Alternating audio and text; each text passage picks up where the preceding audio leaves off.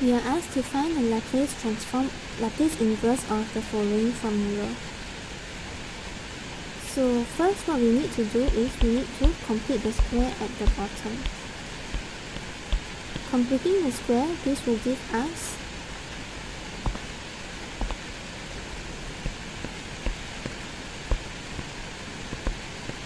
s squared plus 4s plus 13 is equals to s squared plus 4s plus 4 over 2 square minus 4 over 2 square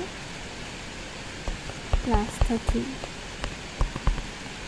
So this will give us s plus 2 square minus 2 square plus 13, since 4 over 2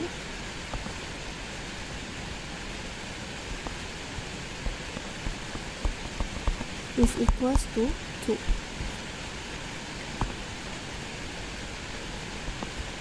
So this is equals to s plus 2 square plus 9.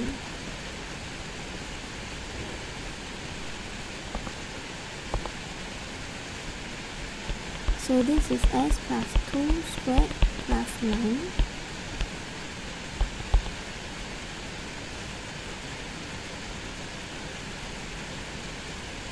We see that this is very similar to the formula of Laplace transform of e to the power of at sine omega t.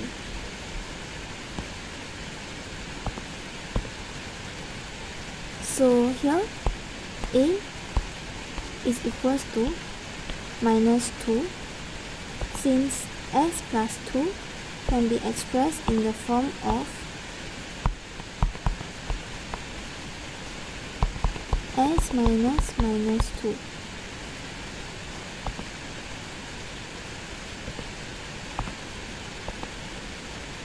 Next, we see that omega is equals to 3, since 9 is equals to 3 squared as well. So we can write this in the form of e to the power of minus 2t sine 3t, and this is our final answer.